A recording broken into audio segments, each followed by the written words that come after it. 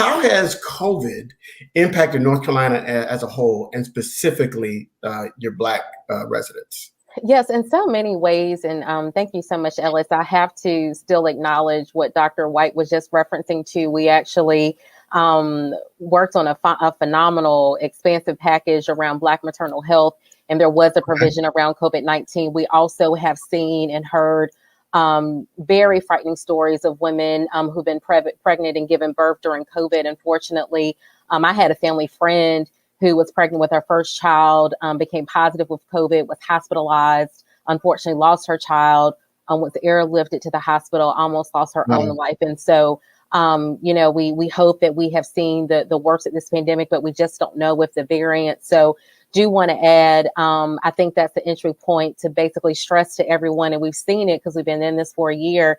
COVID really impacts every single solitary aspect of your life. What we've seen in the African American community, as so many other states, are just higher rates of infection. And I was just talking to a group today. A lot of it are the occupations that we hold. It's not only a lot of it is systemic racism, but it's the fact that a lot of us are frontline workers.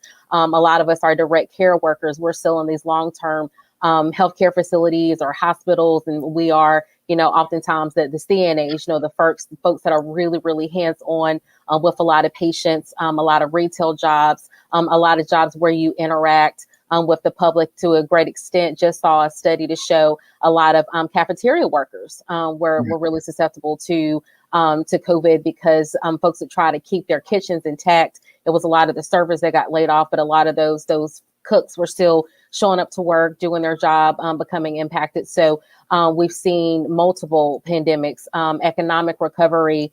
I'm a small business owner myself, concerned about the ability for Black businesses to bounce back from this, concerned about just the gap we'll have with wealth generation as far as the lost wages of folks who have lost their jobs and are underemployed or either unemployed altogether. And then more than anything, just the disparities we've seen regarding getting the vaccine out to communities of color.